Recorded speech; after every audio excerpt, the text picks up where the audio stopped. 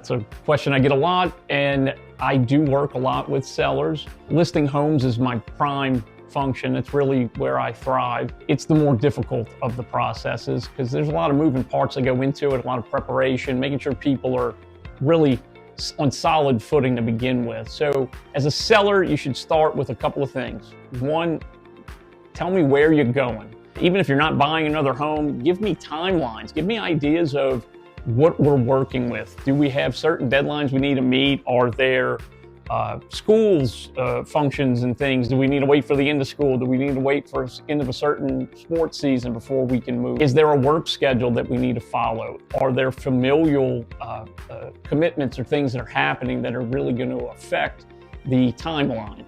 Two, preparations, figuring out what you need to do to get the home sold. I'm going to say this to the camera and it's crazy. You don't need to do anything to your house to sell it. There's a great equalizer and it's called price. House without a roof on it will still sell if you price it appropriately.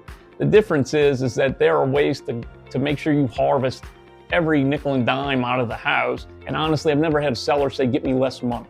So my goal is to put you in the best position possible with spending as little money and as little effort as possible to put the best product out there based on what you described to me that you want.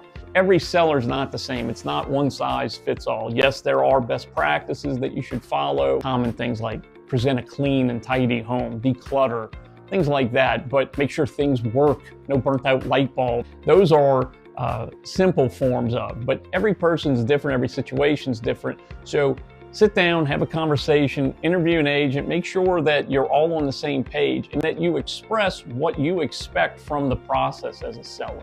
That is basically where a seller should start. Timeline, and go from there and make sure that whoever you're planning on working with can actually accommodate, or as best possible, accommodate the process and make it what you want it to be. If you would like to set up a private interview, give me an idea of what you're looking for, see if we're a great fit, please call, text, or email me anytime. This is Charlie Russo, RE/MAX Signature.